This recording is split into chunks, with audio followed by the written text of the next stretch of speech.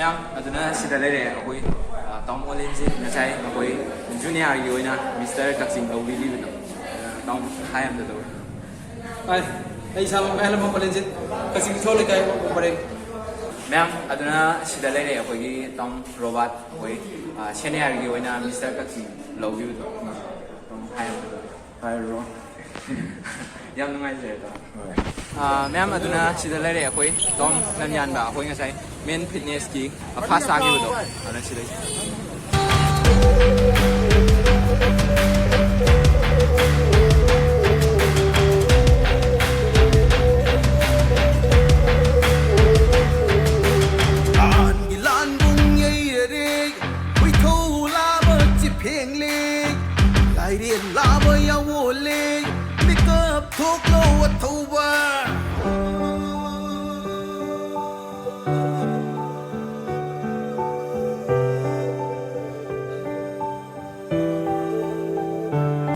Hello guys, ma'am bu amukana tram no oksari ekena boy gi YouTube channel sida ma'am ngasidi akhoi gi bodybuilder gi akhoi gi competition ama akhoi Kakching library da pangthokada ba akhoi gi Mr. Kakching do ma'am yengba chaluse ma'am aduna hojik school hala gane ma'am ngasigi blog se haujari ba se aduna ma'am ngasigi blog se yam nungai ne nai thajaba thamje aduna hojik chalangai gi damakta sem saba lojin jare ma'am aduna aina ahamba chachaga darubesi akoi ki theater tamam akoi drama tamam dhana chachaga gani adu drama tamam lore haraba matungda akoi gi bodybuilder gi competition se yengma chachaga darin pani ma'am aduna chalangai gi torsi ma'am chalasi ma'am ma'am aduna ai se yum dai thok thok jarak pane adu aina hoji leije se akoi gi urok thong dane adu ising je ma'am yam chaw leirame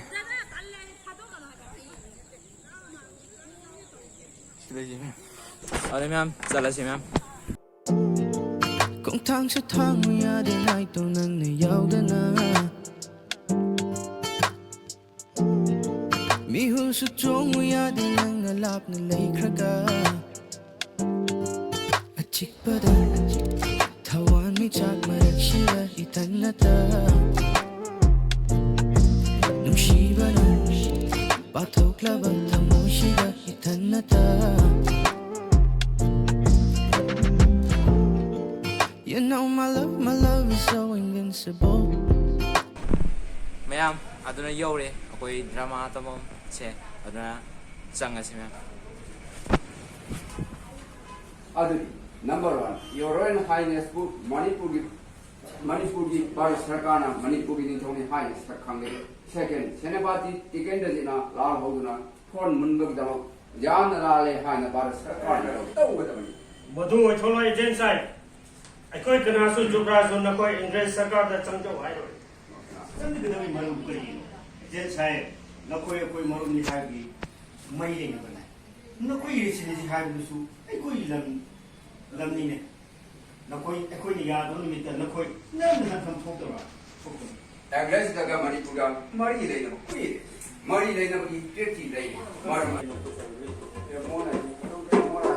One woman is really better from guy.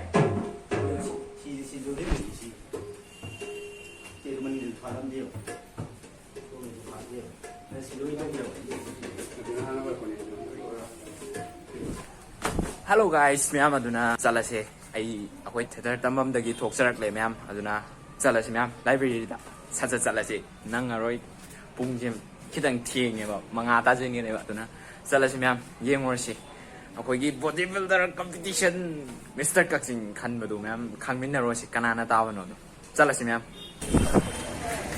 Hello guys, ma'am aduna ai hoji yongsin jare akoi gi library da aduna silai ma'am si ma'am gari pick thalle go Aisha kan jisu thamjil lama se phajana. Hello guys, ma'am aduna silai se Aisha kan sida thamjin jarame ko aduna ma'am si dress sida dikidang adu shu adum yami si dress sida adu shu nungai te ma'am aduna dress ma hongdo khrasi aduna hongdo si ma'am ma'am aduna sida lere ko dress se loijin ma loijare aduna silai se ma'am kamai taw ge aduna sangor si ma'am kamai taw no du yengor si ma'am. Ma'am aduna silai se ko gi welcome habje si thare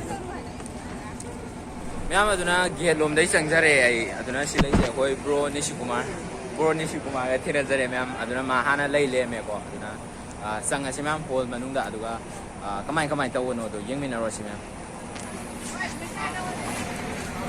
lấy quên bao rồi đó lấy quên là အာနာဟက်မန်ငါတို့လိနာ ABC đâu à Vivian Abigail Magkakovicheri, Waidatun, Legat Pirat Nagandalukchari, Tombi Singh, Legat Pirat Nagandalukchari, Dr. Sundar Lal, Legat Pirat Nagandalukchari,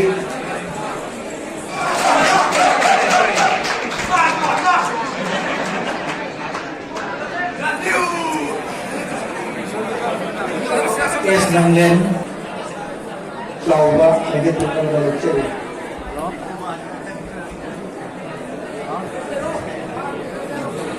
la rồi cái người doanh nghiệp của TP là thuộc về doanh nghiệp lại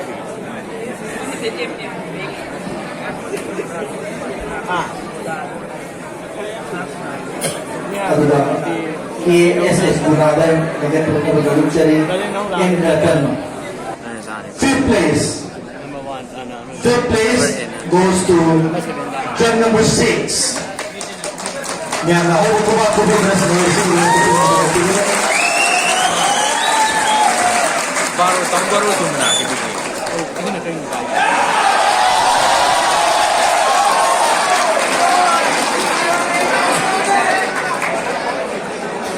Convincing na KSS Vivian Abigail 많이 그런데 막 지금 이제 몇기 없는 상황이에요.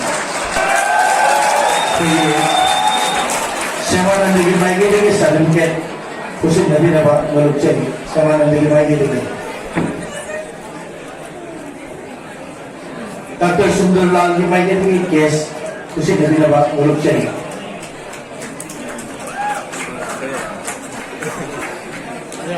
Third place goes to club number 9.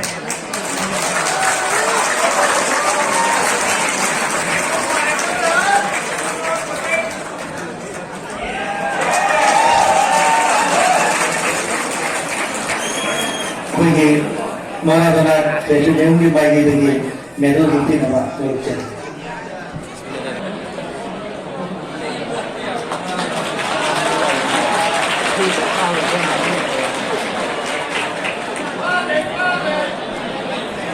Second place goes to club number 8.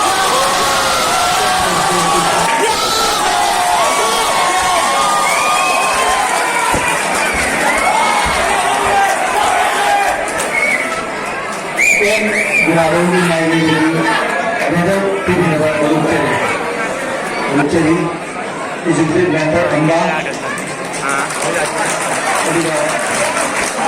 goes to club number 7.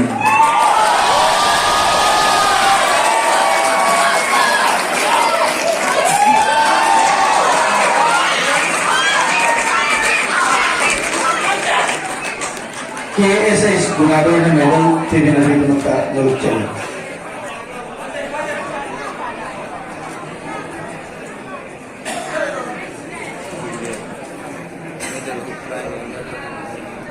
M. Ratan Singh, President Amba, Organizing Secretary, Indian Body Building Federation, with my delegate, Certificate President Malukchari.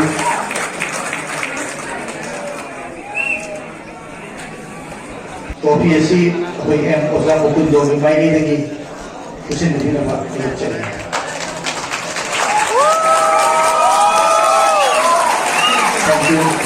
Thank you very much. Supplement Kusin Nabinama Malukchari.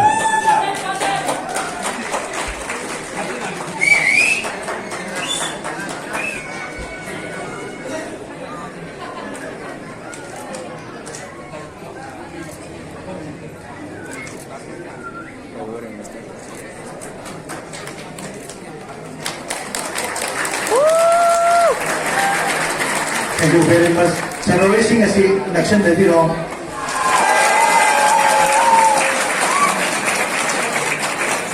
Thank you very much all the contestants and all the officials.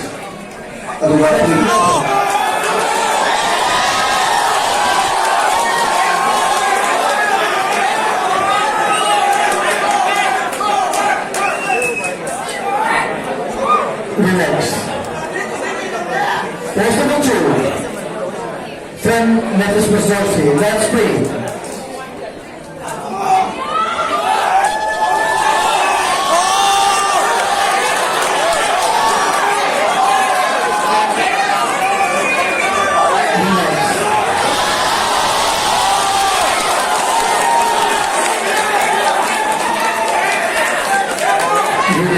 Relax. Post number 4.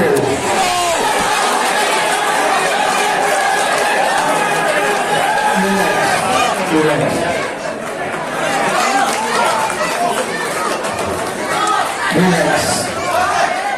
Relax.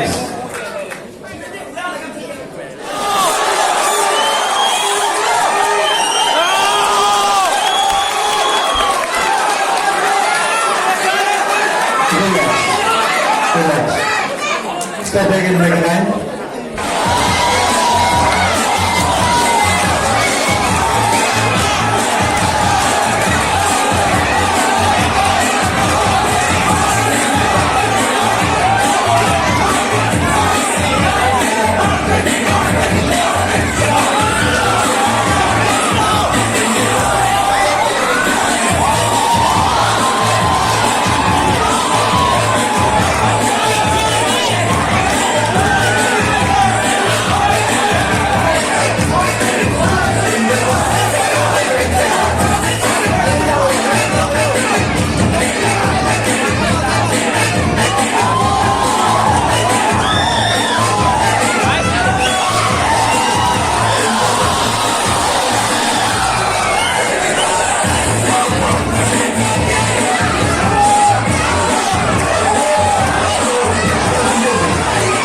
Relax. Stop the music. Step back in the line. Goes to Third place. turn number 12.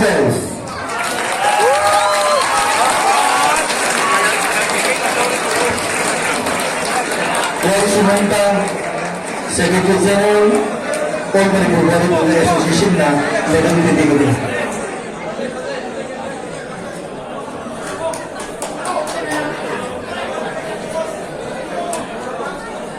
Certificate and picture lang kung sino bigyan.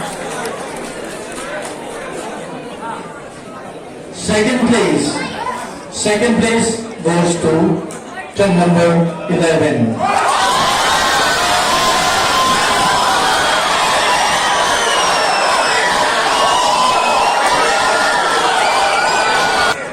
Certificate की कमोक्ता कोई certificate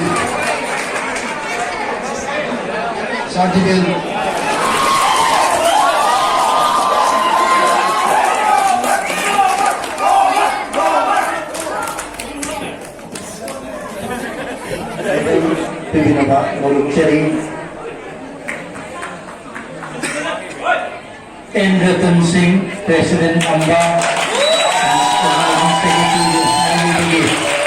Certificate Pibinaba, Voluntary.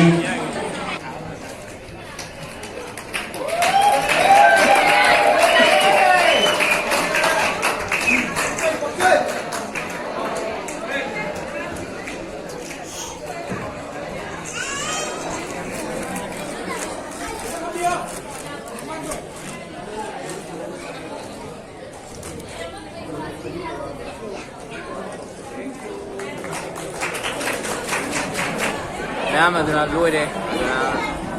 Salangai to siya, ma'am.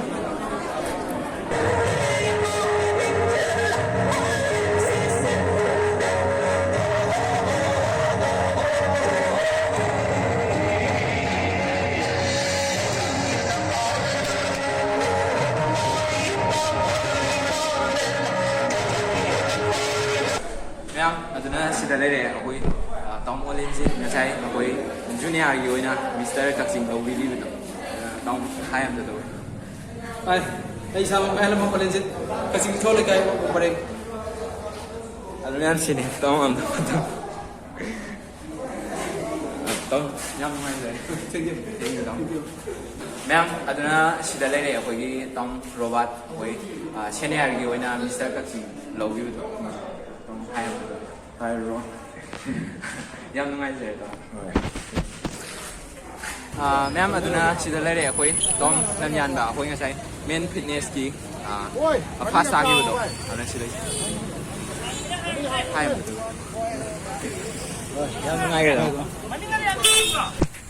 ꯃꯌꯥꯝ ꯑꯗꯨꯅ ꯑꯩꯈꯣꯏꯒꯤ ꯏꯌꯥꯝꯕꯁꯤꯡꯒ ꯎꯅꯖꯕꯗꯣ ꯌꯥꯝ ꯅꯨꯡꯉꯥꯏꯖꯩ ꯑꯗꯨꯒ ꯄꯥꯈꯠꯄꯁꯨ ꯈꯤꯇꯪ ꯐꯥꯎꯏꯀꯣ ꯃꯌꯥꯝ ꯑꯩꯁꯦ ꯑꯗꯨ ꯄꯥꯈꯠꯅ ꯑꯗꯨꯝ ꯏꯌꯥꯝꯕꯁꯤꯡꯒ ꯎꯅꯈ꯭ꯔꯦ ꯑꯗꯨꯅ ꯏꯌꯥꯝꯕꯁꯤꯡꯗꯣ ꯑꯗꯨꯝ ꯃꯕꯨꯛ ꯐꯩ ꯑꯗꯨꯅ ꯃꯌꯥꯝ ꯑꯩꯈꯣই ꯍꯧꯖꯤꯛ ꯌꯨꯝꯗ ꯍꯟꯖꯔꯛꯂꯦ ꯑꯗꯨꯅ ꯌꯨꯝ ꯌꯧꯁꯤꯜꯂꯁꯤ ꯑꯗꯨꯒ ꯌꯨꯝ ꯌꯧꯔꯒ ꯃꯌꯥꯝꯒ ꯑꯃꯨꯛ ꯊꯦꯡꯅꯃꯤꯟꯅꯔꯁꯤ ꯃꯌꯥꯝ ꯆꯠꯂꯁꯤ ꯃꯌꯥꯝ ꯌꯨꯝꯗ ꯍꯜꯂꯣ ꯒꯥꯏꯁ ꯃꯌꯥꯝ ꯑꯗꯨꯅ ꯑꯩ ꯍꯧꯖꯤꯛ ꯌꯨꯝꯗ ꯌꯧꯖꯔꯛꯑꯦ ꯑꯃꯨꯛ ꯑꯗꯨꯅ ꯂꯝꯕꯦꯟꯗꯀꯣ ꯅꯣꯡ ꯇꯥꯕꯅ ꯃꯔꯝ ꯑꯣꯏꯔꯒ ꯉꯥꯏꯍꯥꯛꯇꯪ ꯄꯜꯂꯦ ꯍꯥꯏꯔꯕ ꯃꯇꯨꯡꯗ ꯅꯣꯡ खितंग फरबा मतुंगदा अखोइसे लाएको युमदा यौजिले अदुगा ngaktang लेरे हारबा मतुंगदा चाक चाथोय म्याम सका तोगा ngaktang लेरगा म्याम गा मुक थेंगनेरिसिने अदर म्याम ngasiगी आइगी भिडियो से आइगी ब्लॉग से कमाइन तौबगे नुंगाइबा नत्रो म्याम नुंगाइगदि म्याम ना आइ भिडियो से लाइक तौबिरमु अदुगा एकेनाउ बोय चैनल बु म्याम ना नुसिबिरे हारगा सब्सक्राइब तौजिनबिरमु आइने हेंग भिडियो अनोबो थागलकपा मतमदा म्यामगी मफमदा नोटिफिकेशन सat लांगाइदबता अदर म्याम ngasiगी ai video se matang sida loijin jarage aduna mathangi anawa video amada mo myanga punna thengna minarse aduna ngasigidi kainarse myam aduna ngasigidi bye bye